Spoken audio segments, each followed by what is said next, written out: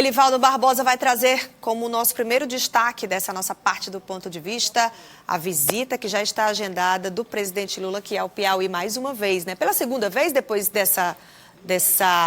nesse novo governo dele? Exatamente, no chamado Lula 3 é a segunda vez já. Ele teve em agosto, se não me engano, no ano passado, lançou aqui o PAC, o novo PAC, Programa de Aceleração do Crescimento,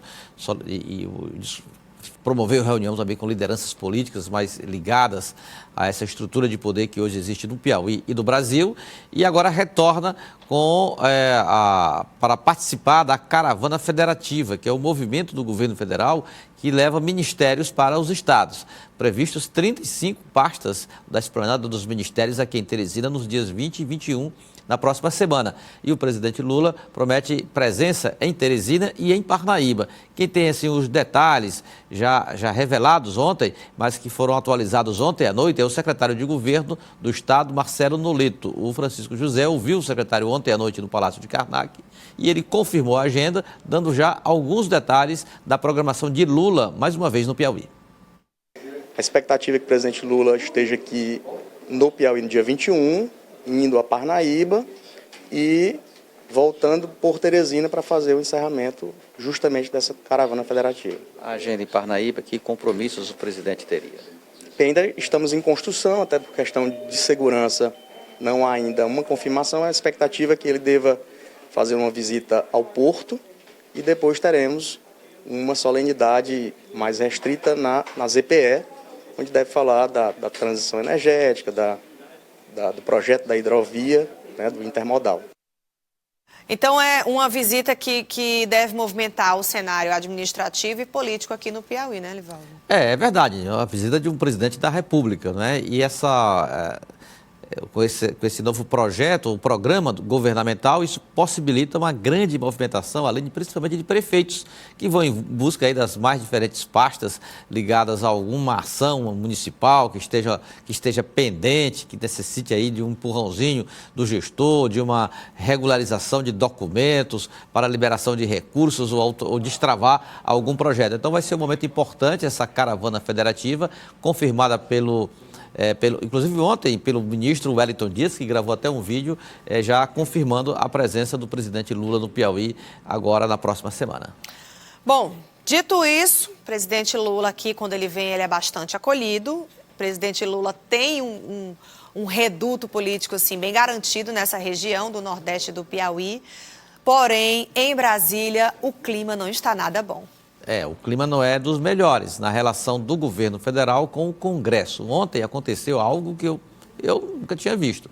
Normalmente, uma medida provisória, que é uma ferramenta criada na Constituição de 1988, Aline, é o quê? É uma medida que é um expediente usado pelo governo, um recurso usado pelo governo para implementar no curto prazo uma determinada medida. O governo Lula, por exemplo, já fez uma reforma administrativa à base de medida provisória, mandou para o Congresso uma que previa o fim da FUNASA, a Fundação Nacional de Saúde. Houve uma reação lá no Congresso, mas essa reação foi esperando que a medida provisória caducasse, perdesse o prazo de validade de 120 dias. Quando isso ocorre, ela deixa de valer. O Congresso precisa validar nesse prazo de 120 dias essa medida provisória. E aí a FUNASA voltou a existir, não foi extinta da estrutura administrativa do governo federal. Agora, o ministro Fernando Haddad propôs e o governo enviou para o Congresso uma outra medida provisória, que é a medida provisória do PIS/COFINS.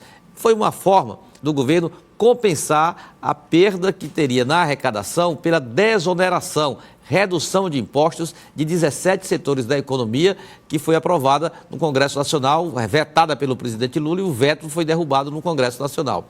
Só que a equipe econômica, Aline, ela propôs, através de medida provisória, já implantar agora uma cobrança, anular uma vantagem que o setor produtivo tinha de compensação tributária e passaria a arrecadar 29 bilhões de reais, compensando a perda estimada em 26 bilhões com a desoneração da folha dos 17 setores.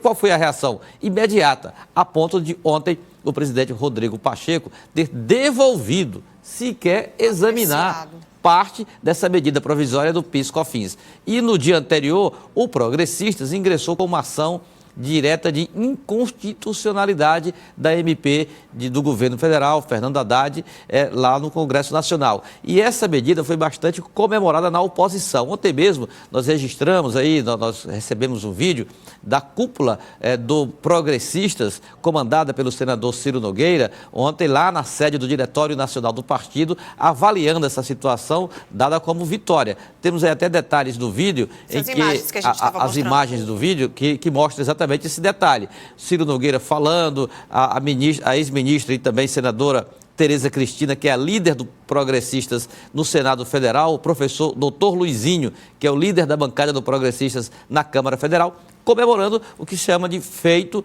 para a rejeição da medida provisória do PIS/COFINS. Olha, Aline, eu não quero exagerar não, mas eu vi uma situação parecida com essa na relação tumultuada do governo com o Congresso na época da presidente Dilma. A gente... E deu, né? Não é bom presságio, né? É o pior cenário possível, né? Você enviar uma medida provisória. Ela se quer ser examinada e você, não, isso aqui não, vai para o lado do lixo, devolve.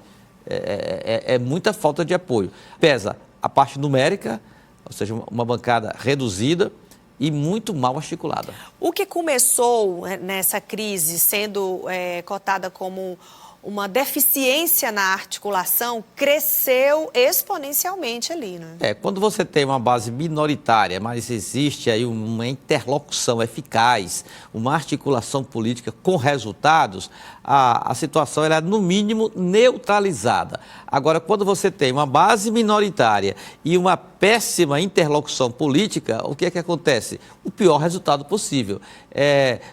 São derrotas sobre derrotas, continuadamente, toda semana uma derrota, e isso acaba trazendo dificuldades, até mesmo para a governabilidade. Um aspecto positivo para salvar a terça-feira foi ontem também, na Câmara Federal, a aprovação da chamada projeto de lei da taxação de 20% das compras internacionais até $50. A chamada PEC das blusinhas, né? Não é um projeto de lei, é uma proposta de emenda à Constituição. A famosa PEC das blusinhas foi finalmente aprovada na fase final na Câmara, porque foi modificada no Senado, voltou para a Câmara, aprovada ontem e segue agora para a sanção do presidente Lula. Isso aí amenizou um pouco, salvou a terça-feira de derrota também na relação do governo, do Palácio do Planalto com o Congresso Nacional ali. Essa é uma relação que precisa de essa sim precisa de um F5, viu? Dar uma atualizada, quem sabe com a intervenção do próprio presidente Lula, ele diretamente para reorganizar essa relação. Pela situação que chegou, só o presidente Lula na área, só o presidente Lula diretamente nesse entendimento com o Congresso Nacional para tentar amenizar essa situação complicadíssima que vive o governo federal com a sua bancada e a oposição majoritária nas duas casas, no Senado e na Câmara. Tem mais uma e também vem do Progressistas. Pois é, ontem foi a posse, na verdade, do União Brasil, Aline. O União Brasil agora com um comandante novo. Termina de uma vez por todas a era Luciano Bivar à frente do União Brasil. Luciano Bivar, que foi criador do PSL, que depois ocorreu a fusão com o DEM e deu União Brasil. Só que o presidente agora é Antônio Rueda. Ele venceu a convenção em fevereiro e ontem foi a posse em Brasília. Essa posse foi muito festejada também pelo Progressistas. Tanto é que lá na posse, estiveram presentes o presidente nacional da sigla, o senador Ciro Nogueira, e também o deputado federal Júlio Arcoverde e Marcos Elvas, que é o presidente do União Brasil no Piauí. Foram lá dar as boas-vindas ao presidente Antônio Rueda, conhecido até aqui dos piauienses, já veio aqui desde quando ele era do PSL. E o que significa esse afago do Progressistas? O União Brasil vivia essa tensão interna, confusão muito grande envolvendo Luciano Bivar e Antônio Rueda, esses dois grupos. Essa situação impediu até o andar da discussão sobre a criação de uma federação que reúne União Brasil, Progressistas e Republicanos.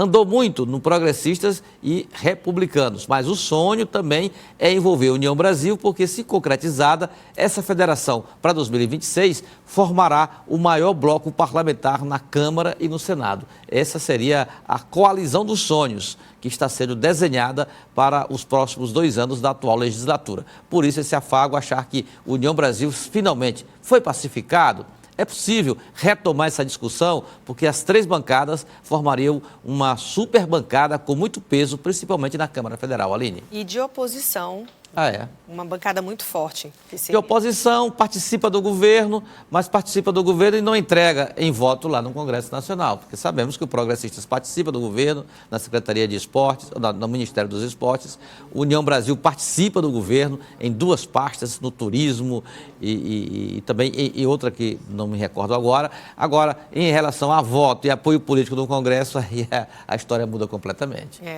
Tome lá, não deu cá. Não é o toma lá da cá, é só o toma lá, o da cá não tem. É isso por hoje? Por hoje é só e prometo amanhã mais. Até amanhã, então. Obrigada. Bom dia.